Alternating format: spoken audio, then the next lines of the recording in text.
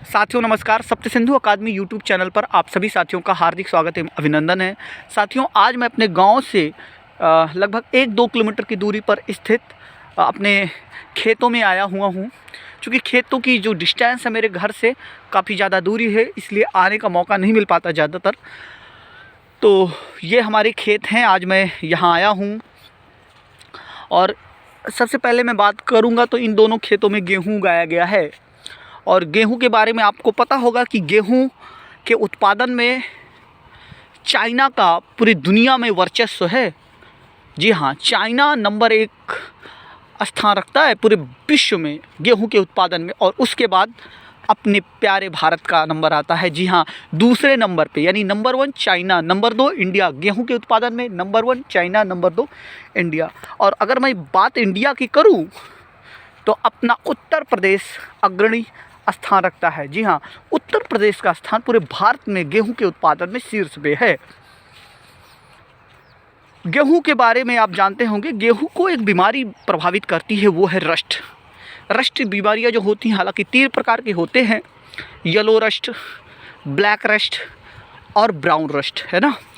और इस फसल के लिए दोमट मिट्टी काफ़ी ज़्यादा उपजाऊ मानी जाती है। दोमट मिट्टी हालांकि उपजाऊ होती है और इसके लिए काफ़ी ज़्यादा उपयोगी मिट्टी साबित होती है गेहूं की फसलों के लिए दोमट मिट्टी। साथियों, गेहूं जो है रबी की फसल है और माना जाता है कि कुहरे का काफ़ी ज़्यादा फ़ायदा मिलता है इस फसल को। वास्तव में और ये है मटर। ये मटर बोया गया है हमारे खेतों में। और आप मटर के बारे में मैं आपको बता रहा हूँ कि मटर जो हार्ट और डायबिटीज़ के पेशेंट हैं, उन मरीज़ों के लिए काफ़ी ज़्यादा फ़ायदेमंद होती है, क्योंकि ये पोषक तत्वों से भरपूर होता है। मटर में vitamin A, vitamin B1, vitamin B6, vitamin के साथ आयरन, मैग्नीशियम और पोटेशियम प्रचुर मात्रा में पाए जाते हैं। इसलिए हाँ, मटर में, हरी मटर में प्रोटीन भी काफ़ी ज़्यादा मात्रा में पाया जाता है और इस प्रोटीन की गुणवत्ता भी काफ़ी ज़्यादा अच्छी होती है। साथियों, ये मटर है और यहीं आप देख रहे होंगे ये सरसों उगाया गया है। सरसों कितना खूबसूरत लग रहा है, ऐसे लग रहा है कि पूरे खेत ने पीली पीली चुनरिया ओढ़ रखी है ना। और कितना मनोरम दृश्य यहाँ का। और ये सरसों के बाद हम आपको दिखाते हैं आलू, पोटैटो जिसको बोलते हैं आप लोग इंग्लिश में। हम लोग गांव के हैं तो हम लोग हिंदी में बोलते हैं, आप लोग जो कॉन्वेंट वाले हैं वो समझें, है ना। पोटैटो नहीं, कुछ लोग समझ ही नहीं पाते हैं। आई एम जोकिंग नाउ, है ना।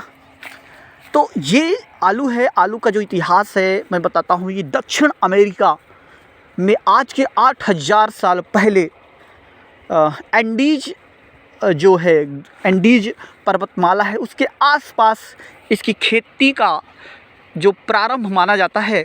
उसके बाद ऐसा है कि यहाँ से वहाँ से वो यूरोप पहुँचा और फिर आज देख लीजिए भारत में आलू का उत्पादन होता है और उत्तर प्रदेश अपना अग्रणीय स्थान इसमें भी रखता है।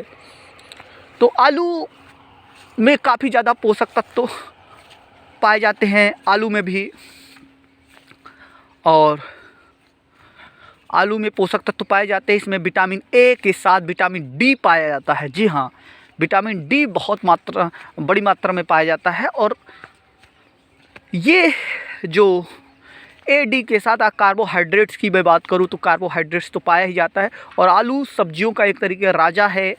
हर सब्जी में आलू का इस्तेमाल होता है मिक्स करके, और ख़ास करके छोटे छोटे बच्चों को बहुत ज़्यादा प्रिय है। आलू के चिप्स बनाए जाते हैं, है ना, आप देखते होंगे, जिसमें आधी हवा आती है और आधा चिप्स। तो वो वाला चिप्स भी इसी आलू का बनता है ना। तो ये आपको हमने आलू के बारे में आपको बताया। हालांकि आपने देख रखा होगा।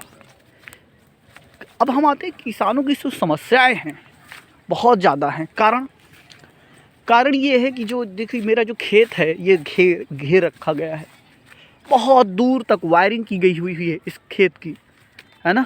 ये अगर आपको दिख रहा होगा, बहुत दूर तक खेत की वायरिंग की गई है। लेकिन बहुत सारे ऐसे किसान हैं, इसके बावजूद भी उनके खेत बच नहीं पाते हैं। खास करके जंगली जानवरों की वजह से बच नहीं पाते हैं, और इसलिए किसान हमेशा घाटे में जाता है। हालांकि सरकार प्रयास करती है, लेकिन सरकार जिस तरीके से प्रयास कर रही है उसके बावजूद भी उसका प्रभाव नहीं दिख रहा है, उसका जो निस्तारण सही से नहीं हो रहा है। किसान हमेशा घाटे में जा रहा है। महंगाई काफ़ी ज़्यादा चरम पर है ना। तो ये आज हमने अपनी जो कुछ तस्वीरें हैं अपने खेतों की आप तक पहुंचाने का प्रयास किया। काफ़ी ज़्यादा सुकून मिल रहा है, अकेले हैं, घूम रहे हैं अपने खेतों में। एक जो भाग दौड़ की ज़िंदगी होती है उससे एकदम अलग काफ़ी ज़्यादा सुकून महसूस हो रहा है। तो ये रही, उसके बाद चलते हैं साथियों, फिर कभी मिलेंगे। धन्यवाद।